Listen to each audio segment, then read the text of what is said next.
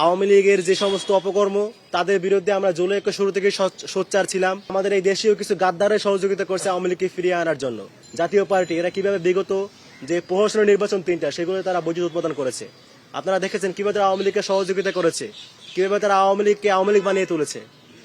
আজকে আমাদের দুঃখ লাগে যেখানে এই ইন্টারিমের শুরুতেই উচিত ছিল আওয়ামী লীগের সাথে সাথে এই আওয়ামী লীগকে যারা আওয়ামী লীগ বানিয়েছে আওয়ামী লীগের সহযোগী সংগঠন সমূহ এদের বিরুদ্ধেও ব্যবস্থা নেয়া, কিন্তু তারা সেটা নেয় নাই।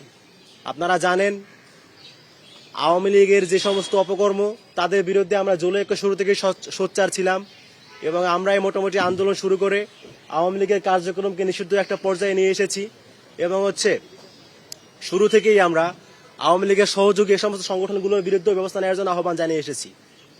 এখন সেই প্রেক্ষিতেই আমরা গত সপ্তাহে হাইকোর্টে রিট করেছিলাম যে আওয়ামী লীগের যেহেতু আওয়ামী লীগ নির্বাচন করার সুযোগ নাই, এখন আওয়ামী লীগ আপনারা জানেন যে আওয়ামী লীগ কার্যক্রম নিষিদ্ধ হইলেও আওয়ামী লীগ কিন্তু চেষ্টা করছে ফিরে আসার জন্য।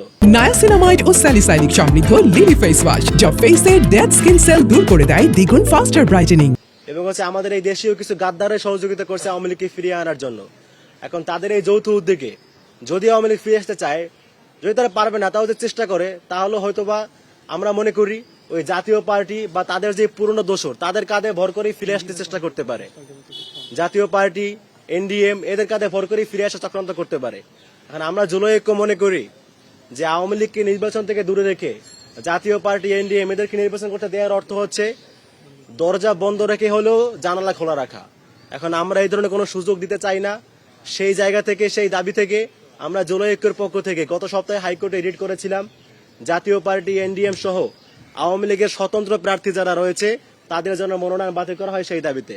তো সেই রিটের প্রেক্ষিতে গতকাল হাইকোর্ট রুল জারি করেছে।